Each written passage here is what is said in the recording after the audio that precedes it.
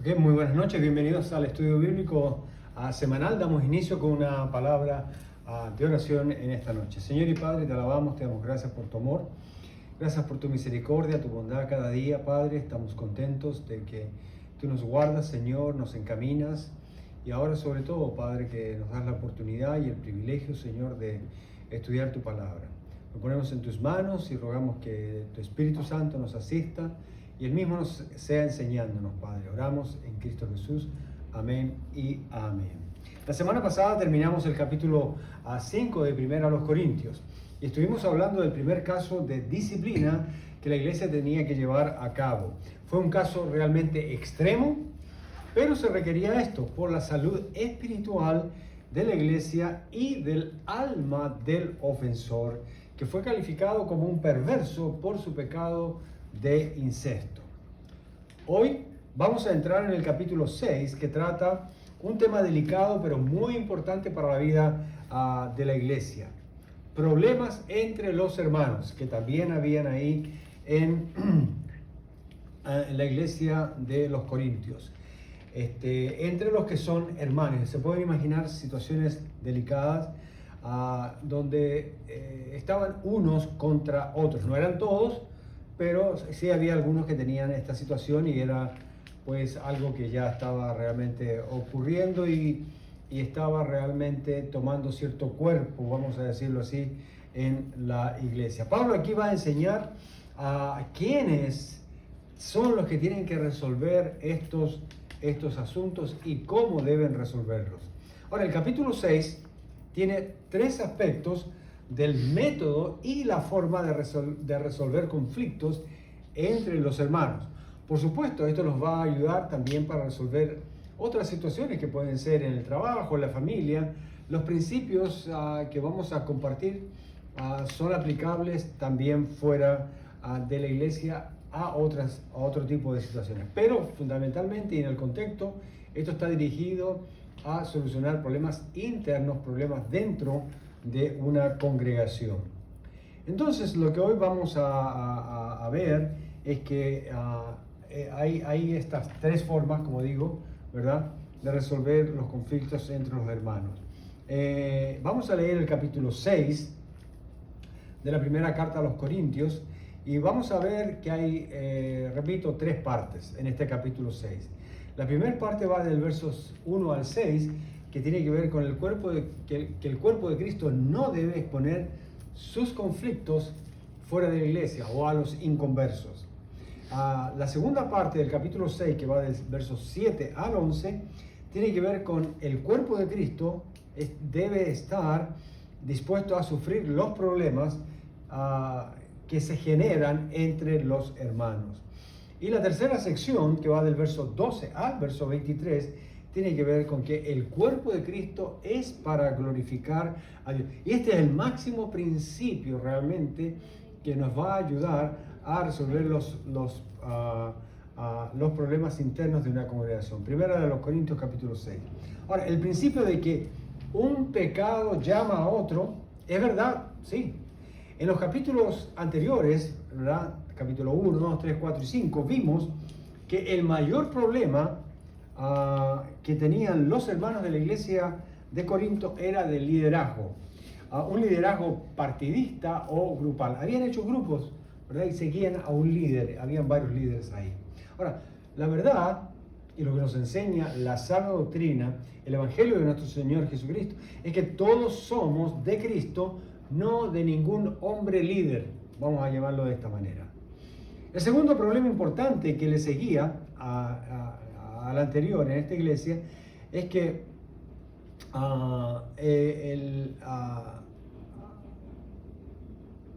el pecado, ¿verdad?, entra fácil en la iglesia y se lo tolera cuando no hay una disciplina, ¿verdad?, que corresponde. La disciplina siempre tiene un carácter restaurador y sanador, sin embargo, aunque es dolorosa.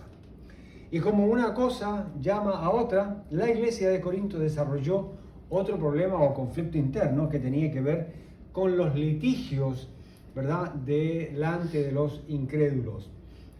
Problemas de juicio, problemas de demandas entre los hermanos. Vamos a leer entonces este capítulo 6, que no es tan largo, en realidad apenas tiene 20 versículos, pero lo vamos a leer todos uno por uno y luego vamos a entrar ya a las 3 secciones que tiene. Hoy vamos a abarcar solamente la primera sección, que va del verso 1 al verso 6. Dice la palabra del Señor: ¿Osa alguno de vosotros, cuando tiene algo contra otro, ir a juicio delante de los injustos y no delante de los santos? ¿O no sabéis que los santos han de juzgar al mundo? Y si el mundo ha de ser juzgado por vosotros, ¿sois indignos de juzgar cosas muy pequeñas? ¿O no sabéis que hemos de juzgar a los ángeles, cuanto más las cosas de esta vida? Si pues tenéis juicios sobre cosas de esta vida, ¿ponéis para juzgar a los que son de menor estima en la iglesia? Para avergonzaros lo digo. Pues que no hay entre vosotros sabio, ni aun uno que pueda juzgar entre sus hermanos, sino que el hermano con el hermano pleita en juicio, y esto ante los incrédulos. Así que, por cierto, ya es una falta en vosotros que tengáis pleitos entre vosotros mismos. ¿Por qué no sufrís más bien el agravio? ¿Por qué no sufrís más bien el ser defraudados? Pero vosotros cometéis el agravio y defraudáis, y esto a los hermanos. Verso 9: ¿No sabéis que los injustos no heredarán el reino de Dios? No erréis, ni los fornicarios, ni los idólatras, ni los adúlteros, ni los afeminados, ni los que se echan con varones, ni los ladrones, ni los avaros, ni los borrachos, ni los maldicientes, ni los estafadores heredarán el reino de Dios. Verso 11: Y esto erais algunos, mas ya habéis sido lavados, ya habéis sido santificados, ya habéis sido justificados en el nombre de nuestro Señor Jesús y por el Espíritu Santo, por el Espíritu de nuestro Dios, que es el Espíritu Santo. Verso 12: Todas las cosas me son lícitas, mas no todas me convienen. Todas las cosas me son lícitas, mas yo no me dejaré dominar de ninguna. Las viandas para el vientre y el vientre para las viandas, pero tanto el uno como a las otras destruirá Dios. Pero el cuerpo no es para la fornicación, sino para el Señor, y el Señor para el cuerpo. Y Dios, que levantó al Señor, también a nosotros nos levantará con su poder. ¿No sabéis que vuestros cuerpos son miembros de Cristo? Quitaré pues los miembros de Cristo y los haré miembros de una ramera. De ningún modo. ¿O no sabéis que el que se une a una ramera es un cuerpo con ella? Porque dice: los dos serán una sola carne. Pero el que se une al Señor, un espíritu es con él. Huid de la fornicación. Cualquier otro pecado que el hombre cometa está fuera del cuerpo, mas el que fornica contra su propio cuerpo peca. ¿Os ignoráis que vuestro cuerpo es el templo del Espíritu Santo, el cual está en vosotros, el cual tenéis de Dios, y que no sois vuestros? Porque habéis sido comprados por precio. Glorificad pues a Dios en vuestro cuerpo y en vuestro espíritu, los cuales son de Dios. Como ustedes ven, aquí comienza con una situación de un problema de litigios y pleitos, ¿verdad?, entre los creyentes delante de los inconversos, y termina hablando de que nuestro cuerpo es para glorificar a Dios. Ahora, tenemos que ir uniendo cada una de estas partes. Por supuesto, cada uno de estos miércoles en el estudio bíblico vamos a estar haciendo.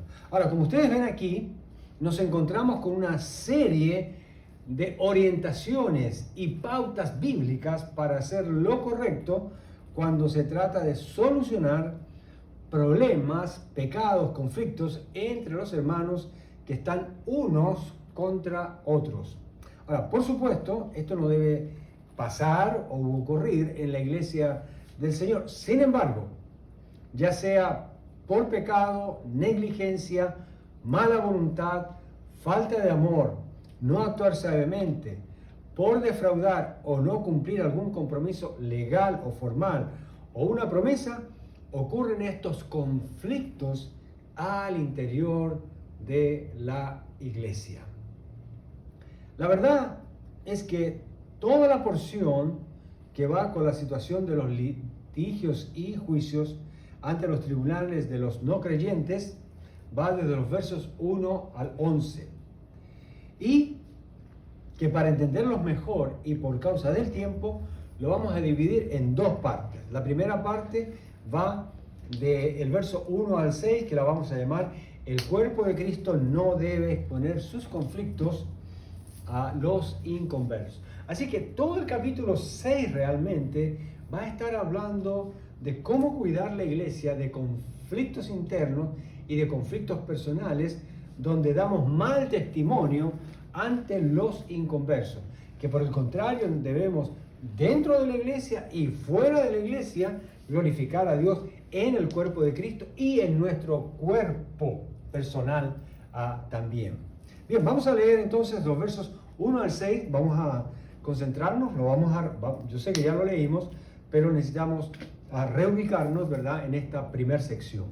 Versos 1 al 6 dice: ¿Osa alguno de vosotros, cuando tiene algo contra otro, ir a juicio delante de los injustos y no delante de los santos?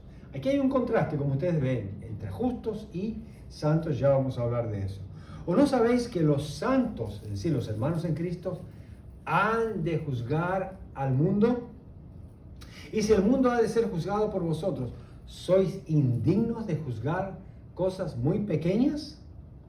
Verso 3 dice: ¿O no sabéis que hemos de juzgar a los ángeles? ¿Cuánto más las cosas de esta vida? Se está refiriendo a los problemas de demandas que estaban teniendo algunos hermanos unos contra otro. Verso 5: para avergonzaros lo digo, pues que no hay entre vosotros sabio, ni aun uno que pueda juzgar entre sus hermanos. Y el verso 6: sino que el hermano con el hermano pleitea en juicio, y esto lo hace ante los incrédulos. Miren, a través de los años, varios abogados han preguntado cómo se relaciona este contexto con nuestra sociedad moderna. ¿Cómo se relaciona este pasaje con el mundo en el que actualmente vivimos?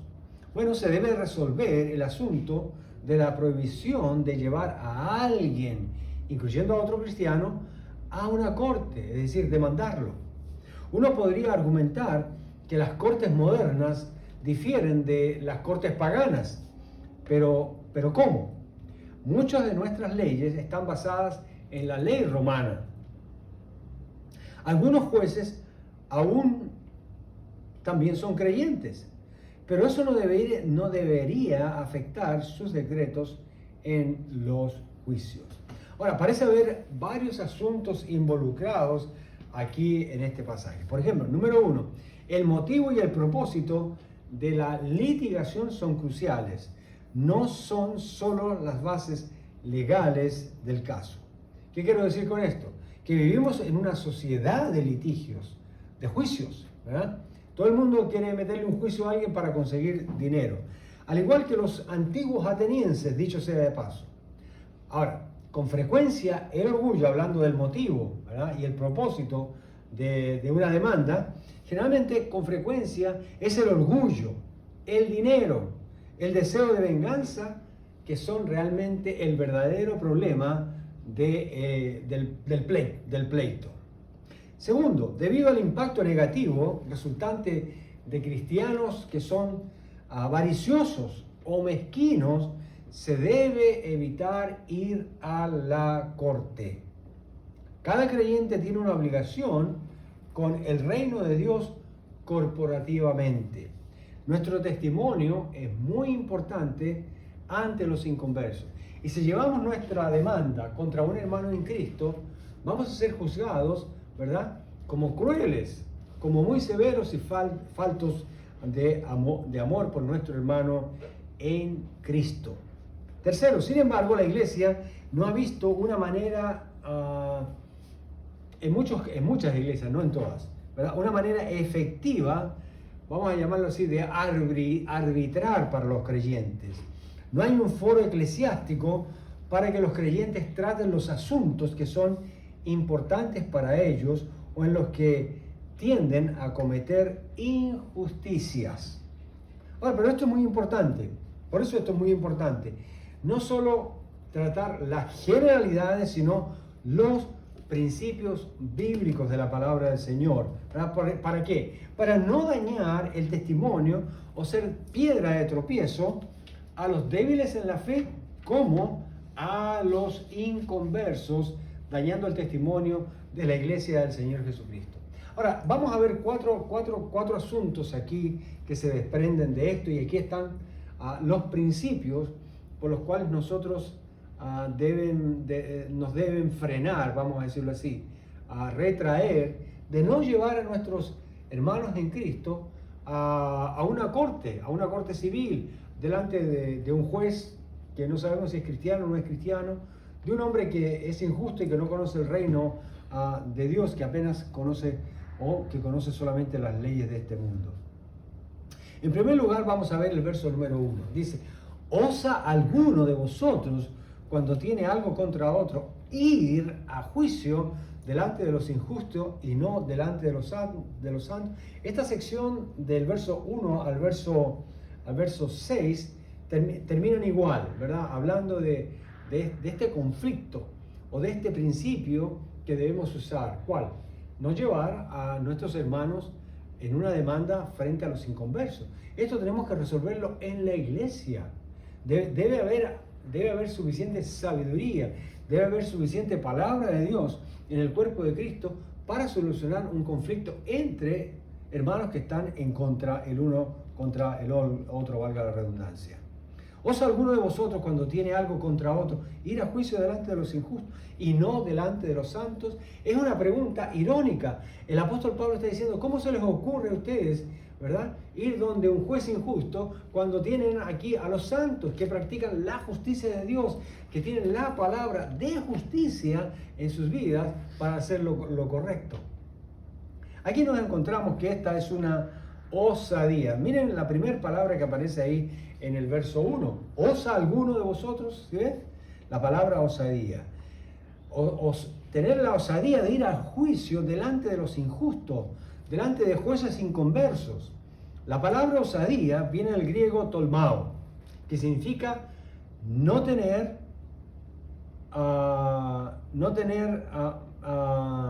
vergüenza, ser valiente, huir a través del miedo, permanecer, atreverse a ser empecinado, ¿verdad?, con eso. Entonces el apóstol Pablo está diciendo: ustedes se atreven a hacer eso, ustedes permanecen haciendo eso, ustedes están empecinados y se hacen los valientes, y para eso sí son valientes, para llevar a un hermano en Cristo ante una corte de inconversos, en vez de hacerse los valientes para solucionar un problema entre ustedes, ¿verdad? El apóstol Pablo está llamándoles la atención por medio de esta pregunta. Ahora, Pablo está diciendo: ¿cómo es posible que se atrevan, tengan el coraje, que no les falte el miedo y persistan en llevar a su hermano en Cristo ante los jueces injustos o paganos que no pueden hacer la justicia de Dios como está en las Escrituras? Claro, porque un juez injusto, ¿verdad?, puede quedarse corto en su justicia o puede ir más allá de lo que la misma ley dice. Y exponer a un hermano en Cristo a eso, ¿realmente vale la pena hacerlo sufrir? Por eso algunos hermanos en Corinto estaban totalmente actuando en inmadurez y pues no tenían un sentido verdadero de la justicia. Porque a lo mejor, si se trataba de ellos, a lo mejor no querían que los llevaran ante un juez pagano. Pero como se trata del otro hermano, ¿verdad?, entonces lo hacían. Ahora, Jesús se adelantó a los problemas que podían existir entre los hermanos de la iglesia, diciendo, ¿verdad?, Jesús esperaba, ¿verdad?, que sus discípulos sí llegaran a tener problemas entre ellos y que los ventilaran entre ellos, ¿verdad? Ahora, muy, muy importante esto. Cuando nosotros tenemos una situación, ¿verdad?, en el cuerpo de Cristo, debemos ventilarla en el cuerpo de Cristo. Como dice el dicho, la ropa sucia se lava en casa. Exactamente, ¿verdad? No tiene por qué eso trascender, ¿verdad? Usted no tiene por qué en una reunión de amigos, por muy íntimos que sean, por mucha confianza que tenga, ir a contarle los problemas de su esposa, ir a contar los problemas íntimos de su esposo. Eso no está bien, no es correcto, porque lamentablemente alguien va a tomar ventaja o puede salir perjudicado con ello. Jesús realmente lo que estaba diciendo a la iglesia es que quería que siguieran un procedimiento y una estructura de trabajo para proceder y manejar de acuerdo a la palabra del Señor, de acuerdo al reino de Dios, los conflictos. ¿Dónde encontramos eso? En Mateo, en el capítulo 18, verso 15 al 20. Nos dice: por tanto, si tu hermano peca contra ti, ve y repréndele estando tú y él solos. Si te oyere, has ganado a tu hermano. Mas si no te oyere, toma aún contigo a uno o dos,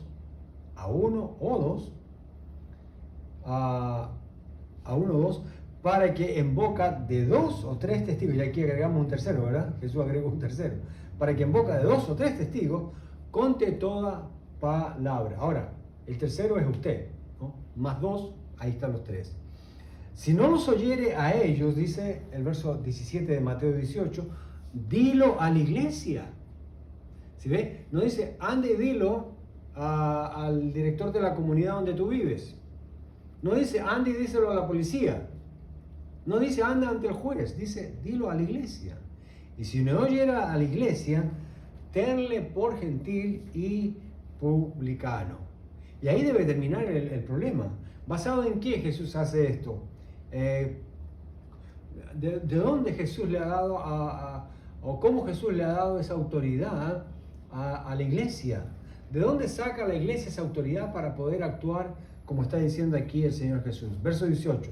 Dice, de cierto os digo que todo lo que atéis en la tierra será atado en el cielo, y todo lo que desatéis en la tierra será desatado en el cielo. Este versículo lamentablemente es muy mal usado en aquellos que proclaman la teología de la superfe y de la super prosperidad. Lo usan para decretar, ¿verdad?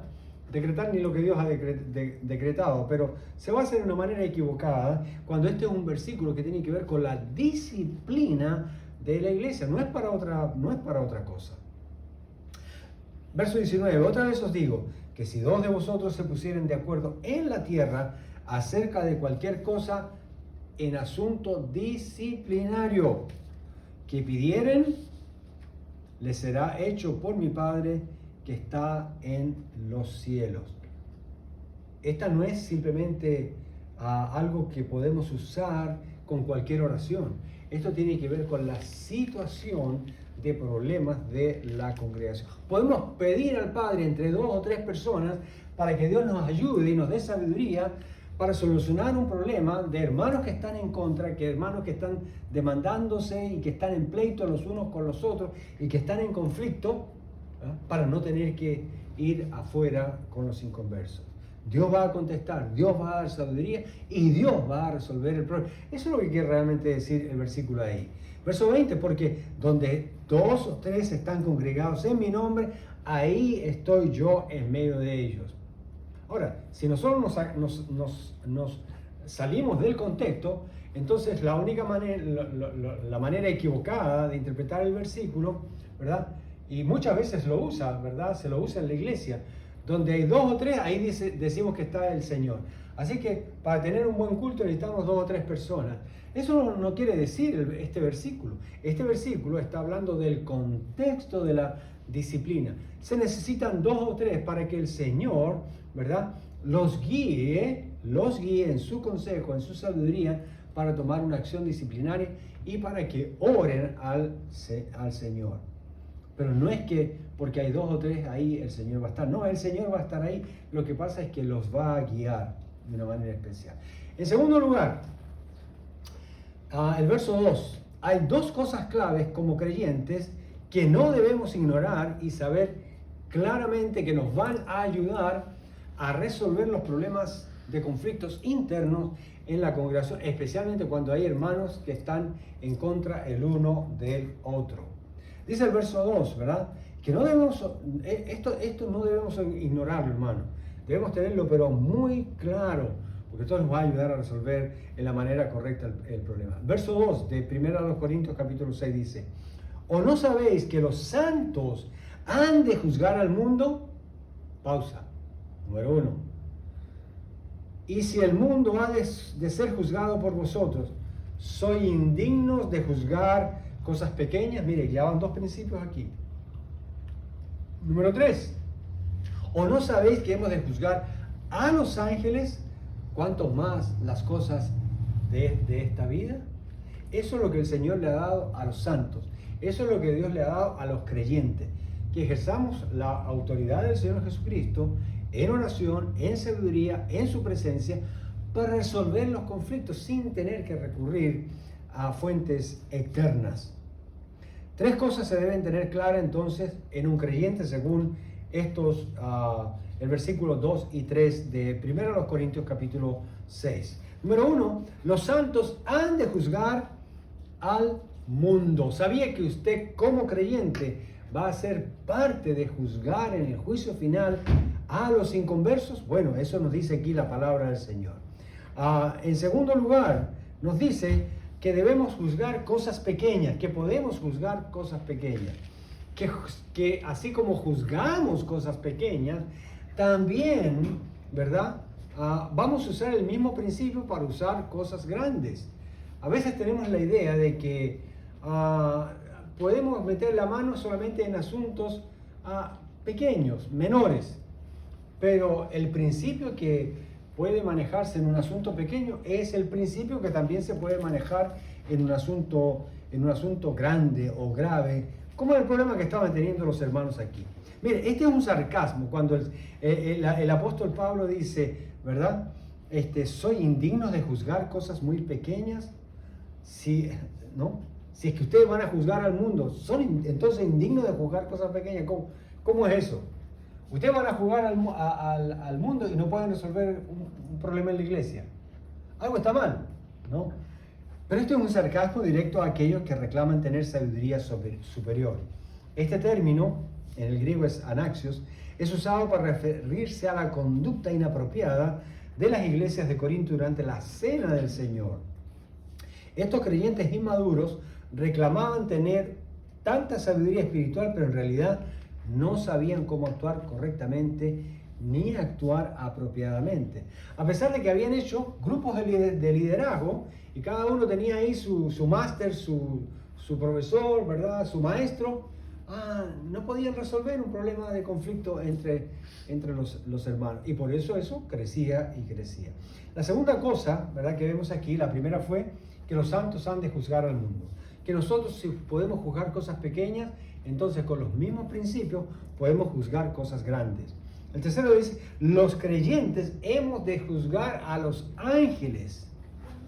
¡Wow! O sea, no solamente usted va a juzgar al mundo con el Señor Jesucristo, no solamente usted puede juzgar cosas pequeñas, que es lo que normalmente hace, sino que también puede juzgar situaciones mucho más grandes, sino que dice que los creyentes, dice el verso 2 y 3, vamos a juzgar a los ángeles. Ahora, ¿quiénes son los ángeles? Bueno, son seres espirituales del Señor, son seres, ¿verdad? Pero la Biblia dice que los ángeles son superiores a nosotros. Y mire, ¿no le da eso a usted ánimo para depender de la sabiduría del Señor en oración, como hemos dicho en el verso 1, ¿verdad? Para juzgar correctamente a unos hermanos que están en conflicto y ayudarlos a resolver ese conflicto, tomar una decisión sabia que se solucione de la mejor manera posible?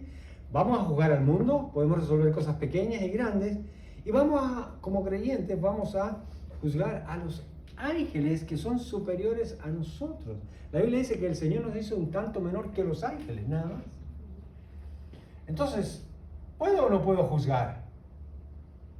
¿Puedo o no puedo ayudar a resolver un conflicto en la iglesia entre hermanos que están en conflicto? Por supuesto. La mayoría opta por quedarse callado, la mayoría opta por ponerse a orar, la mayoría opta por animar a otro para que lo haga, la mayoría de otros esperan que el pastor lo resuelva.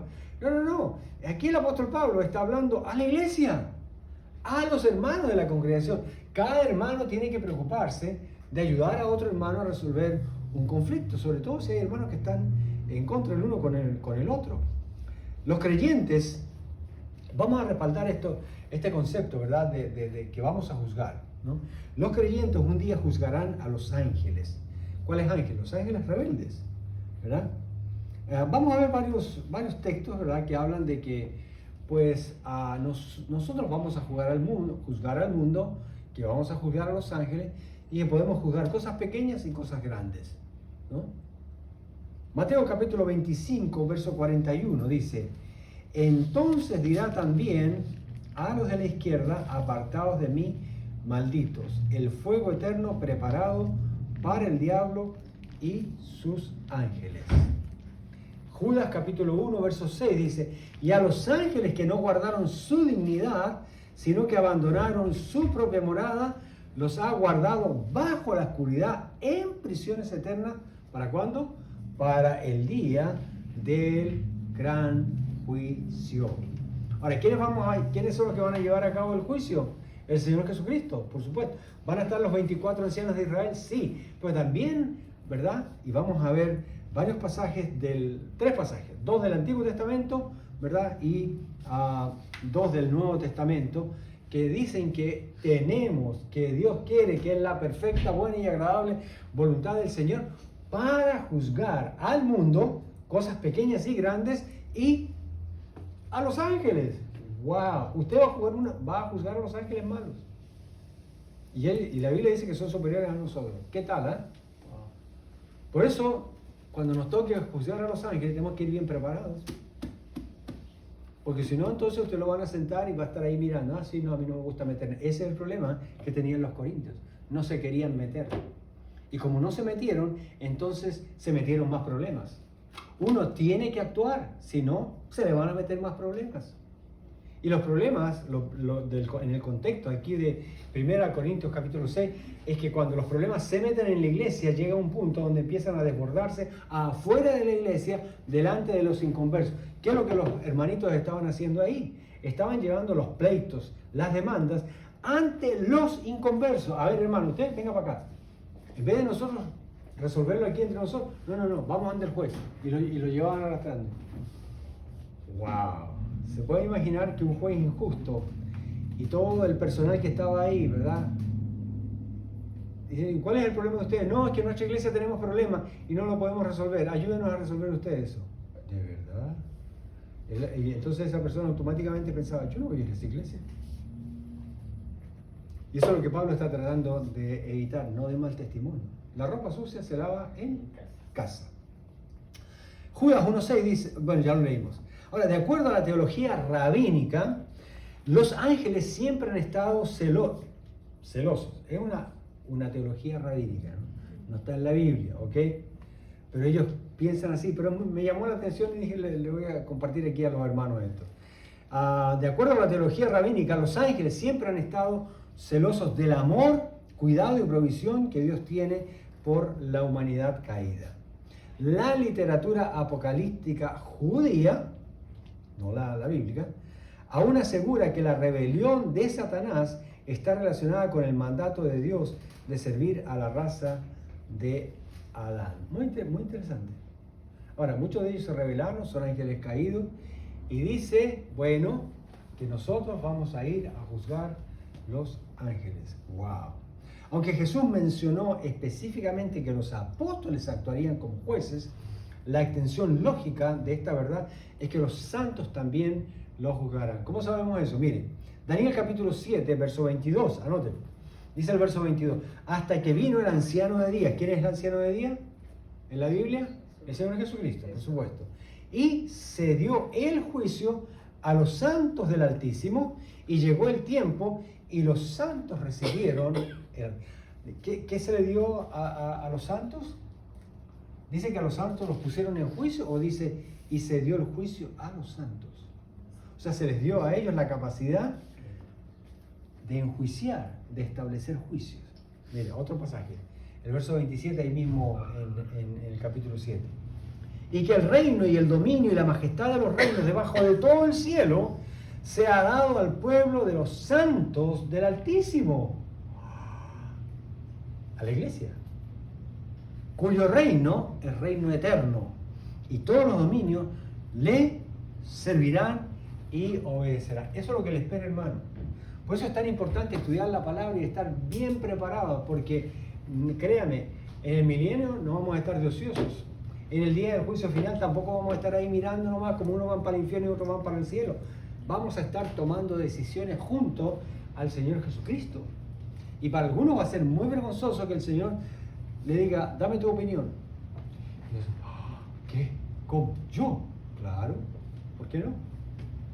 Si yo te he dado mi espíritu, yo te he dado mi mente, te he dado mi palabra, tú puedes dar mi opinión, ¿verdad? Y dar testimonio en juicio para una persona que necesita ser castigada, condenada o no. Es muy interesante eso, hermanos. Mateo capítulo 19, verso 28, mira lo que dice. Jesús le dijo, de cierto os digo que en la regeneración, hablando de ya estar con el Señor, cuando el Hijo del Hombre se siente en el trono de su gloria, vosotros que me habéis seguido también, subraya la palabra también, os sentaréis sobre 12 tronos para juzgar a las 12 tribus de Israel.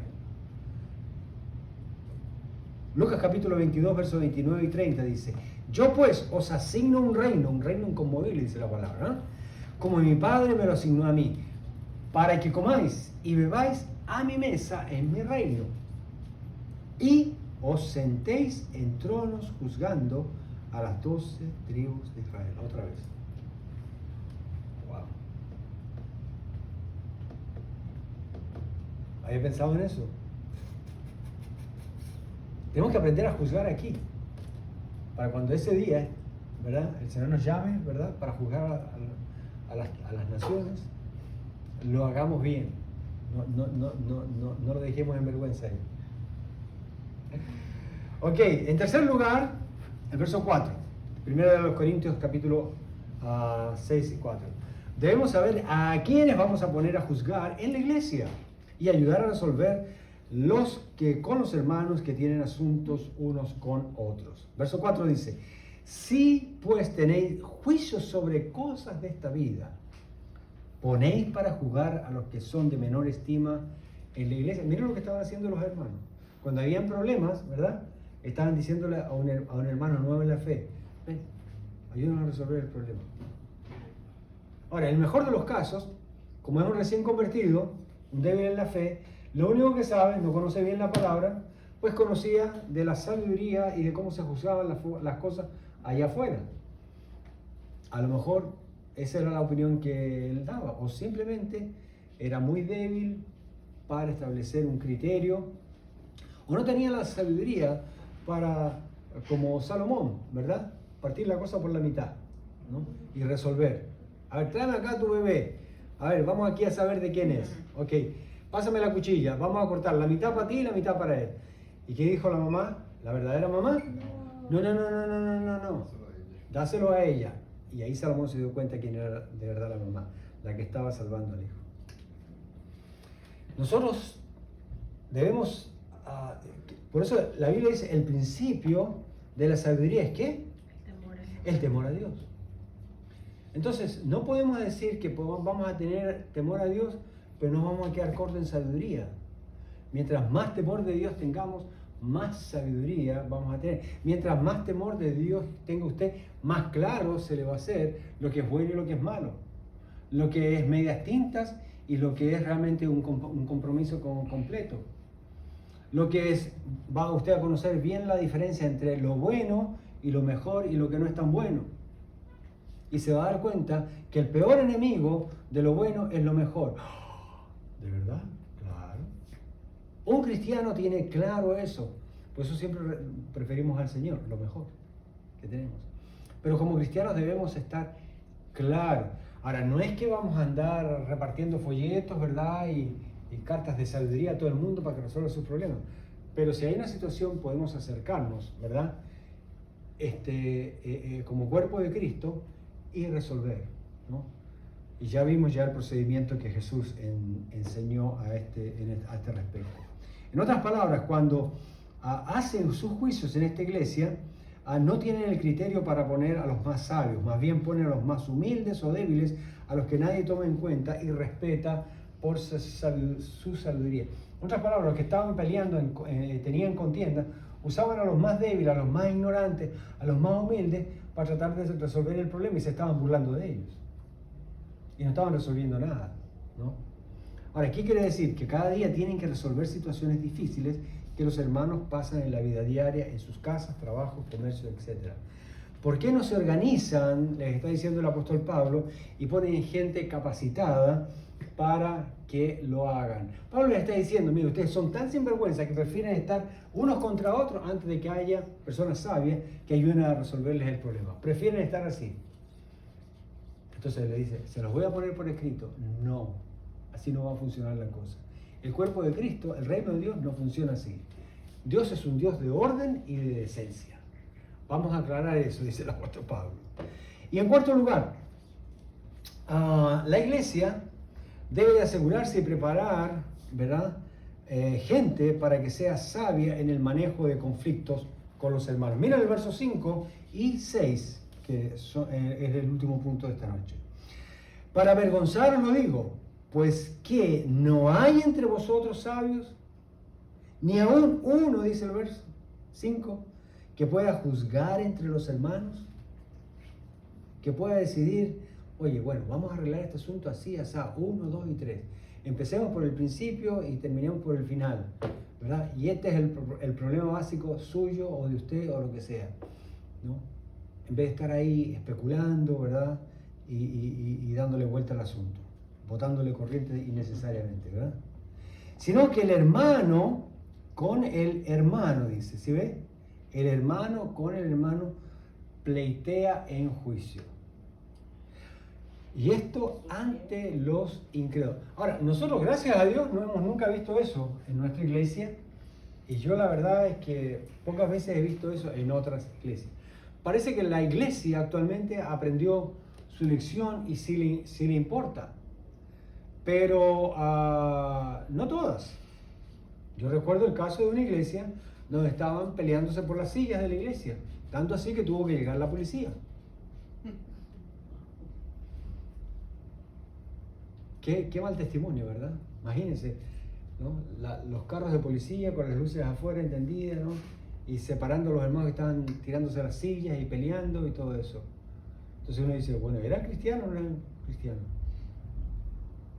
La gente de afuera dice, no, ahí no está Dios. Y eso es lo que Dios quiere evitar en la iglesia del Señor. Que su nombre no sea manchado. Que su iglesia no sea manchada. Por el contrario, Él la quiere presentar limpia y sin mancha, dice la Biblia. Porque es su esposa y es su novia. Entonces uno tiene que cuidar. Ahora, ¿qué hace un matrimonio? ¿Qué hace un esposo y una esposa? Ok, volvemos al principio. Lava la ropa en casa. Usted no va donde su mejor amigo, donde su mejor amiga, ¿verdad? Donde su compadre, donde su comadre, o donde otros hermanos en Cristo, a decirle, no, tú sabes que mi esposo tiene este problema, aquí que allá, y le empieza a contar el asunto, y aquí que allá, y que me trata así, que me trata así. No, usted no va con eso, ¿no? Usted quizás llama al pastor, llama a un maestro de la palabra del Señor de su iglesia, y lo invita, ¿verdad?, para que le ayude. Pero usted no puede indisponer, ¿verdad?, especialmente con los hermanos en Cristo, a su esposo o a su esposa o a sus hijos. ¿Ah?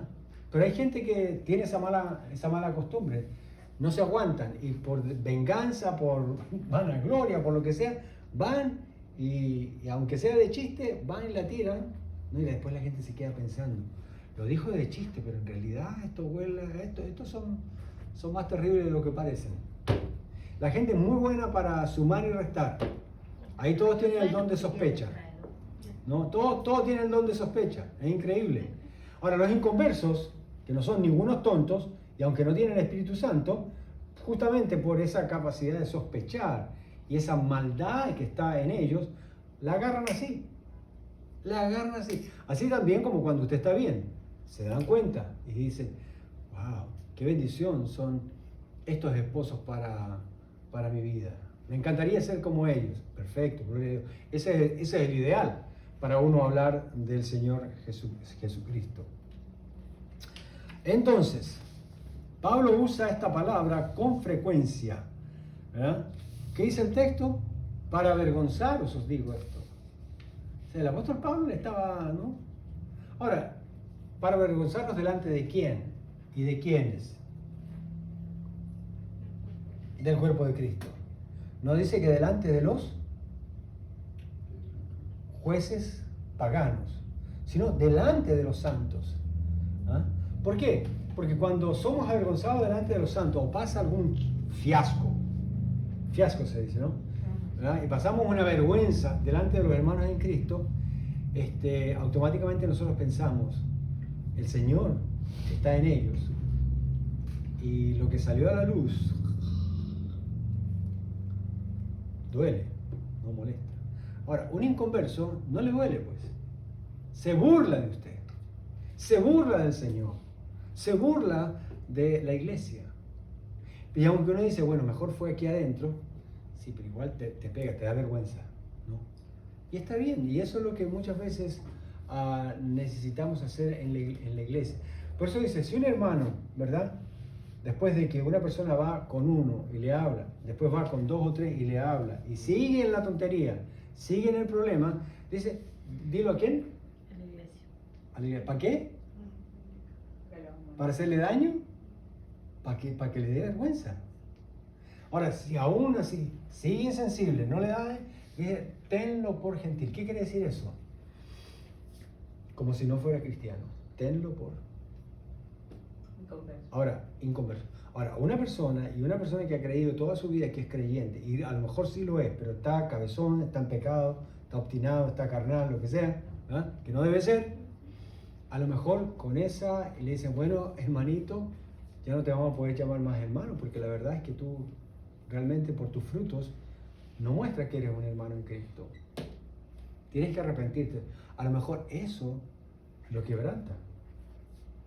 Y se da cuenta que no puede tener por inmunda la sangre de Cristo, que Jesús, que murió una sola vez por él. Porque después de eso dice, horrenda cosa es caer en manos del Dios vivo y viene el juicio de Dios. ¿Qué fue lo que pasó con el perverso? El que practicaba incesto en el capítulo 5, ¿recuerdan? Se lo tuvo que abandonar a Satanás. Y la iglesia también puede hacer eso. ¿Ah?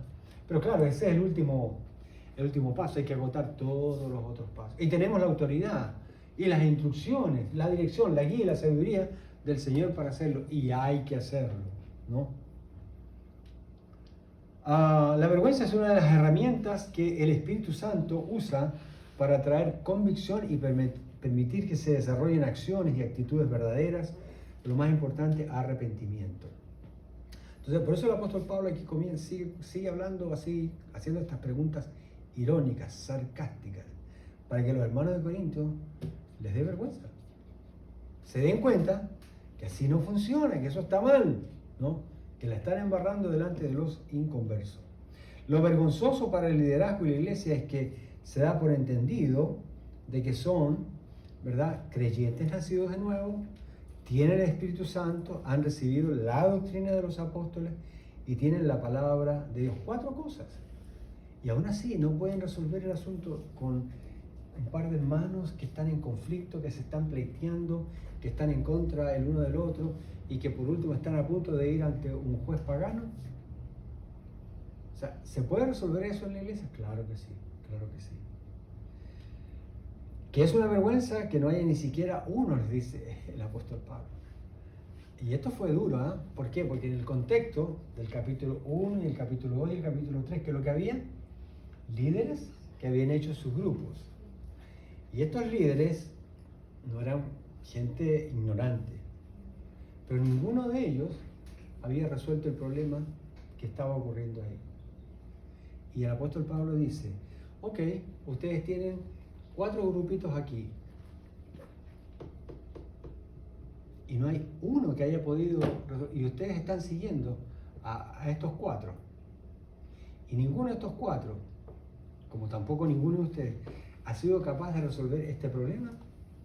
Ustedes conocen a Cristo, tienen el Espíritu Santo, tienen la doctrina de los apóstoles, ¿verdad? Tienen la palabra de Dios. Y no han podido resolver eso. ¡Wow! Eso era para avergonzarnos. Por eso, hermanos, nosotros tenemos que apegarnos a la palabra del Señor lo más que podamos. ¿Ah? A veces, yo entiendo, pastor, ayúdame a resolver este problema. Yo siempre pienso, ¿por qué no lo puedo resolver?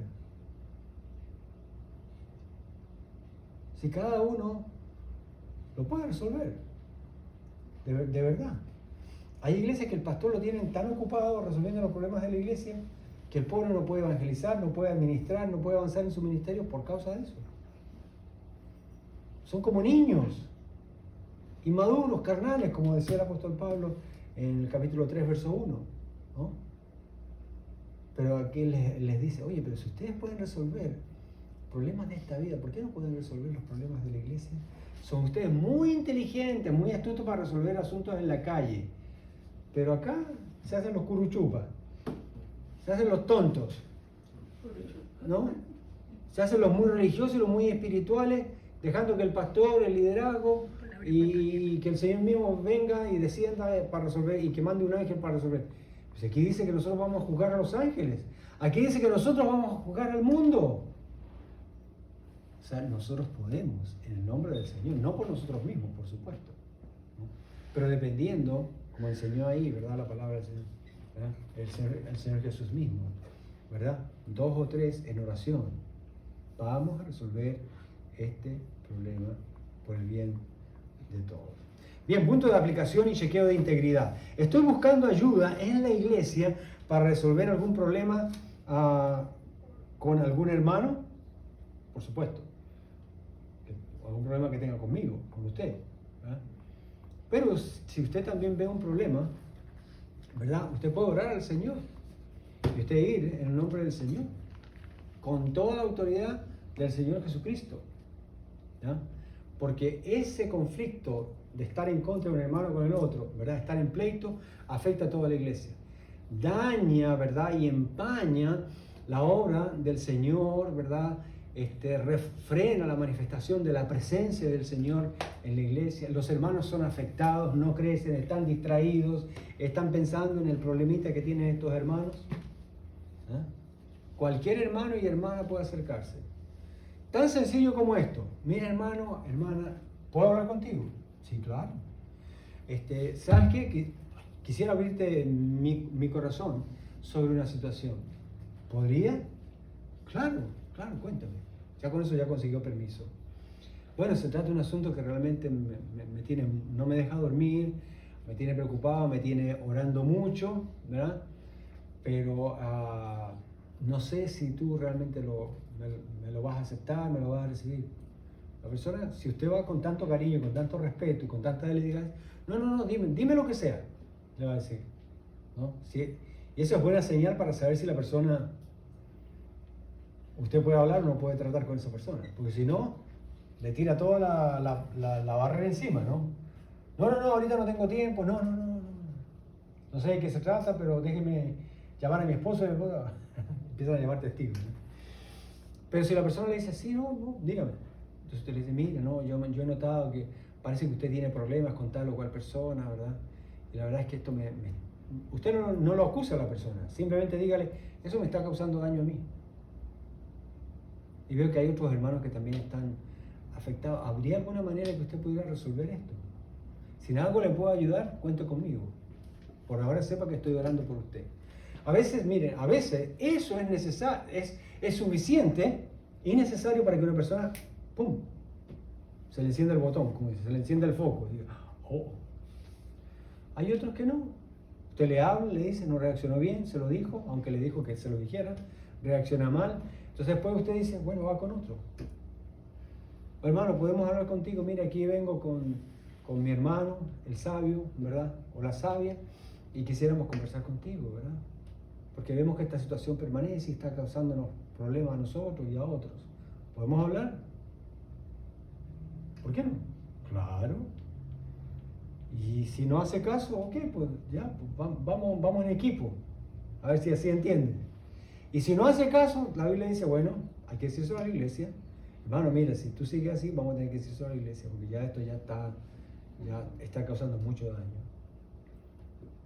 Tal cual como el Señor enseñó en la Biblia. Y yo les aseguro que en la mayoría de los casos, cuando usted habla personalmente, generalmente ahí para el asunto. Dios usa eso. Ahí muere. No alcanza a que usted tiene que llevar 2, 3 testigos, no alcanza. Pero la mayoría no quiere hacer eso. La mayoría no quiere hacer eso, tienen miedo. Y entonces, ¿cómo van a juzgar al mundo? ¿Y cómo van a juzgar a los ángeles si tienen miedo de juzgar a un hermanito de medio por el bien de él y por el bien de la congregación? Algo anda mal, ¿verdad? Eso el apóstol Pablo les está diciendo. ¿Sigo el procedimiento de Cristo o me guardo el conflicto hasta que explote? Porque algunos somos muy inteligentes. No, yo no voy a meter en problemas con ese hermano o con esa hermana. Allá ellos, que entre ellos se den duro. Y si pelean y se van, mejor, la iglesia queda limpiecita. Hay gente que hace eso, porque no quieren, ¿verdad?, cumplir lo que dice la palabra del Señor, acercarse a una persona y hablarle, por su propio bien, ¿no? Y por el bien de uno también, ¿no? Ahora, para pensar, con esto termino. Siempre será mejor no ir a los inconversos para solucionar los problemas de la iglesia. Primero vamos a la iglesia. Tan simple como eso. ¿Amén? Bien, hermanos, hasta ahí lo dejamos entonces, ¿verdad? ¿Alguna palabra de